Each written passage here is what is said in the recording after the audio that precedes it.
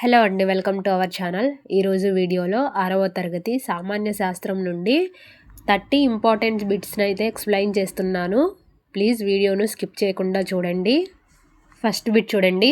జీవుల్లో శక్తికి ప్రధాన మూలం ఏది? జీవుల్లో శక్తికి ప్రధాన మూలం ఏది? ఇక్కడ ఆప్షన్స్ ఉన్నాయి. ఓన్లీ ఆన్సర్ మాత్రమే చదవమంటున్నారు, ఆప్షన్స్ చదవద్దని చెప్తున్నారు. కాబట్టి మీరు ఆప్షన్స్ ఒకసారి చూసుకోండి. అలాగే ఆన్సర్ను కూడా గెస్ చేయడానికి ట్రై చేయండి. ఇక్కడ కరెక్ట్ ఆన్సర్ వచ్చేసి ఆప్షన్ బి, ఆహారం. జీవులు నడవడం, పనిచేయడం, ఆలోచించడం, పెరగడం ఇవన్నీ చేయాలంటే శక్తి అవసరం. ఆ శక్తి మనకు ఆహారం నుంచే లభిస్తుంది. ఆక్సిజన్ శక్తి ఇవ్వదు, శక్తి ఉత్పత్తికి సాయం చేస్తుంది. కాబట్టి ఆహారం correct answer. Okay, next bit చూడండి. మొక్కల్లో ఆహారం తయారయ్యే ప్రక్రియను ఏమంటారు? మొక్కల్లో ఆహారం తయారయ్యే ప్రక్రియను ఏమంటారు? ఆప్షన్స్ కూడా మీరు ఒకసారి ఇక్కడ గమనించాలి. ఓకే, ఇందులో కరెక్ట్ ఆన్సర్ ఆప్షన్ సి, ప్రకాశ సంశ్లేషణ. సూర్యకాంతి, నీరు, కార్బన్ డయాక్సైడ్ వీటిని ఉపయోగించి తమ ఆహారాన్ని తయారు చేసుకుంటాయి. ఈ ప్రక్రియను ఫోటోసింథసిస్ అంటే ప్రకాశ సంశ్లేషణ అంటారు. ఓకే, నెక్స్ట్ చూడండి. రక్తం ఏ వ్యవస్థకు చెందింది? రక్తం ఏ వ్యవస్థకు చెందింది? రక్తం శరీరంలోని ప్రతి భాగానికి ఆహారం, ఆక్సిజన్ తీసుకువెళ్తుంది. కాబట్టి ఇది రక్త ప్రసరణ వ్యవస్థలో భాగం. కరెక్ట్ ఆన్సర్ రక్త ప్రసరణ వ్యవస్థ. ఓకే, నెక్స్ట్ బిట్ చూడండి. మన శరీరంలో ఆహారాన్ని జీర్ణం చేసే అవయవం ఏది అని అడిగాడు. ఇది అందరికీ తెలిసిన విషయమే. కాబట్టి ఇక్కడ కడుపులో జీర్ణరసాలు ఉంటాయి. వీటి వల్ల ఆహారం చిన్న చిన్న భాగాలుగా విడిపోతుంది. So correct answer option C, కడుపు. ఓకే, నెక్స్ట్ చూడండి. మొక్కలలో నీటిని రవాణా చేసే కణజాలం ఏది? మొక్కలలో నీటిని రవాణా చేసే కణజాలం ఏది? ఆన్సర్ను మీరు కూడా గెస్ చేయడానికి ట్రై చేయండి. ఇందులో సరైన సమాధానం ఆప్షన్ బి, జైలం. మూలాల నుంచి కాండం ద్వారా ఆకుల వరకు నీరు, ఖనిజ లవణాలను తీసుకువెళ్తుంది. కాబట్టి xylem correct answer. Okay, next చూడండి. శ్వాసక్రియలో తీసుకునే వాయువు ఏది? శ్వాసక్రియలో తీసుకునే వాయువు ఏది? Correct answer oxygen. ఆహారం నుంచి శక్తి పొందాలంటే ఆక్సిజన్ అవసరం. కాబట్టి శ్వాసలో ఆక్సిజన్ తీసుకుంటాము. ఓకే, నెక్స్ట్ బిట్ చూడండి. శరీరానికి ఆకారం ఇచ్చే వ్యవస్థ ఏది? శరీరానికి ఆకారం ఇచ్చే వ్యవస్థ ఏది? అసలు శరీరానికి ఎముకలు లేకపోతే నిలబడదు. అది శరీరానికి ఆకారాన్ని, బలాన్ని ఇస్తాయి. కాబట్టి కరెక్ట్ ఆన్సర్ ఎముకల వ్యవస్థ, ఆప్షన్ సి. ఓకే, నెక్స్ట్ చూడండి. రక్తాన్ని పంపు చేసే అవయవం. రక్తాన్ని పంపు చేసే అవయవం ఏది?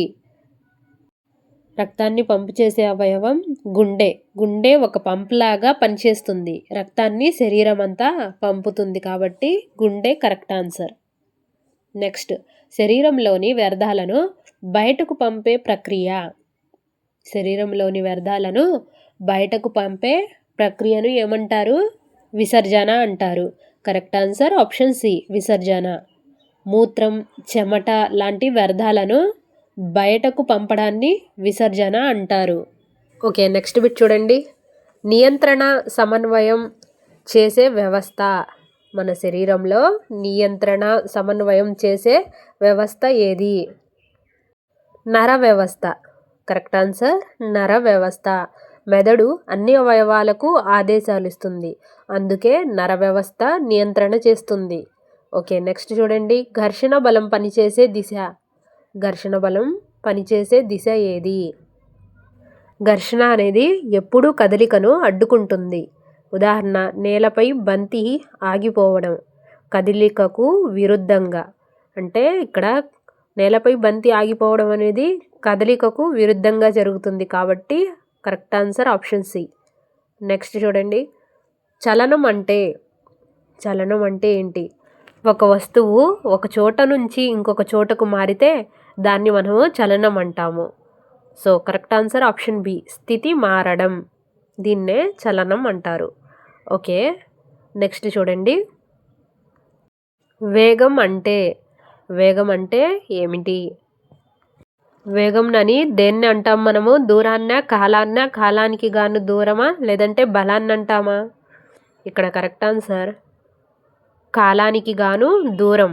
ఒక వస్తువు ఎంత దూరాన్ని ఎంత కాలంలో ప్రయాణించిందో దాన్నే వేగం అంటారు. ఓకే, నెక్స్ట్ చూడండి, మ్యాగ్నెట్ ఆకర్షించే పదార్థం ఏది? ఇనుము, స్టీల్ లాంటి పదార్థాలు మ్యాగ్నెట్కు ఆకర్షితమవుతాయి. కాబట్టి కరెక్ట్ ఆన్సర్ ఆప్షన్ సి, ఇనుము. ఓకే, వీడియో చూస్తున్న వాళ్ళు ప్లీజ్ తప్పకుండా మా ఎన్లెసన్స్ ఛానల్ని సబ్స్క్రైబ్ చేసుకోండి. ఓకే, నెక్స్ట్ చూడండి, విద్యుత్కు మంచి వాహకుడు అంటే ఏంటి? ఇక్కడ విద్యుత్కు మంచి వాహకుడు విద్యుత్ ప్రవాహాన్ని తనలోనికి వెళ్ళనిచ్చే పదార్థంను విద్యుత్ వాహకుడు అంటారు, అంటే కండక్టర్ అని.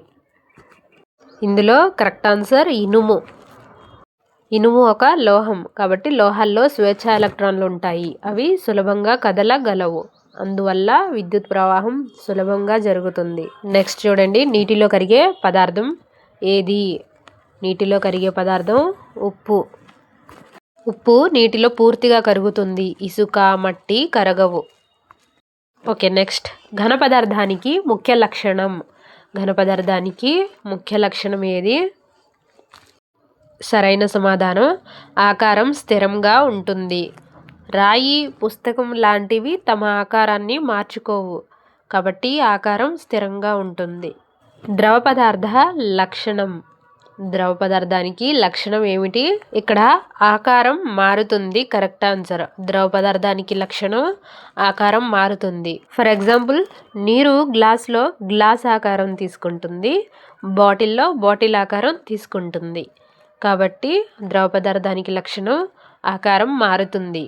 ఓకే, నెక్స్ట్ చూడండి, వాయువుల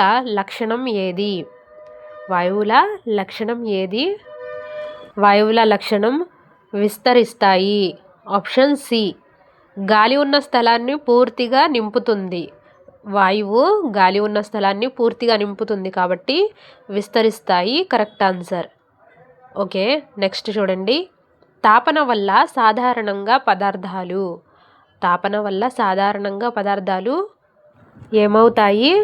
ఏమవుతాయంటే విస్తరిస్తాయి. వేడిని ఇచ్చినప్పుడు పదార్థంలోని కణాలు శక్తి పొందుతాయి. కణాలు శక్తి పొందితే ఏమవుతాయి? అవి ఎక్కువగా కంపిస్తాయి. కణాలు ఎక్కువ కదిలితే వాటి మధ్య దూరం పెరుగుతుంది. దాంతో పదార్థం పరిమాణం పెరుగుతుంది. ఆ పరిమాణం పెరగడాన్ని విస్తరణ అంటారు. ఓకే, నెక్స్ట్ చూడండి, మొక్కలలో ఆహారం తయారయ్యేందుకు అవసరమైన వాయువు ఏది? మొక్కలలో ఆహారం తయారయ్యేందుకు అవసరమైన వాయువు కార్బన్ డయాక్సైడ్. నెక్స్ట్ చూడండి, శ్వాసక్రియ సమయంలో విడుదలయ్యే వాయువు ఏది?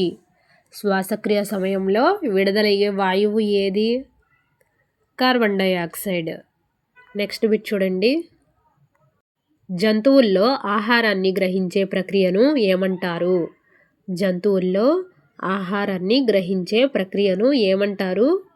పోషణ అంటారు. Option B correct answer. Okay, next చూడండి, మన శరీరంలో ఆహారం పూర్తిగా జీర్ణమయ్యే అవయవం ఏది?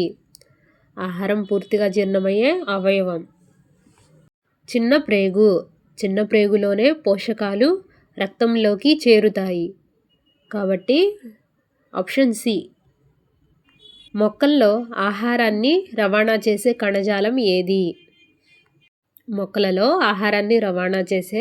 కణజాలం ఏది? ఫ్లోయం. Option B phloem. ఆకులలో తయారైన ఆహారాన్ని మొక్క అంతా పంపుతుంది కాబట్టి ఫ్లోయం. ఓకే, నెక్స్ట్ చూడండి, కండరాలు మరియు ఎముకలు కలిసి పనిచేసే ప్రక్రియ ఏది? చలనం. ఓకే, కాంతి లేని పరిస్థితుల్లో మొక్కలు ఆహారం తయారు చేయగలవా? ఆన్సర్ను గెస్ చేయండి. అవునా కాదా? కొన్ని మొక్కలు తయారు చేస్తాయా, లేదంటే అసలు తెలియదా? అసలు సూర్యకాంతి లేకుండా ప్రకాశ సంశ్లేషణ జరగదు కాబట్టి కాదు correct answer. Okay, next bit చూడండి, విద్యుత్ ప్రవాహాన్ని అడ్డుకునే పదార్థాన్ని ఏమంటారు? విద్యుత్ ప్రవాహాన్ని అడ్డుకునే పదార్థాన్ని ఏమంటారు? అవాహకుడు అంటారు. కరెక్ట్ ఆన్సర్ ఆప్షన్ బి, అవాహకుడు. ఓకే, నెక్స్ట్ చూడండి.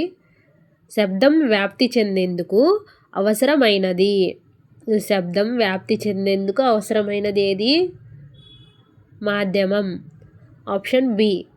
శబ్దం గాలి, నీరు, ఘనాల ద్వారా మాత్రమే ప్రయాణిస్తుంది కాబట్టి మాధ్యమం correct answer. Okay, next bit చూడండి. తాపన వల్ల ద్రవం వాయువుగా మారే ప్రక్రియ. తాపన వల్ల ద్రవం వాయువుగా మారే ప్రక్రియను ఏమంటారు? ఆవిరీభవనం అంటారు. వేడి వల్ల నీరు ఆవిరిగా మారుతుంది కాబట్టి ఆవిరీభవనం.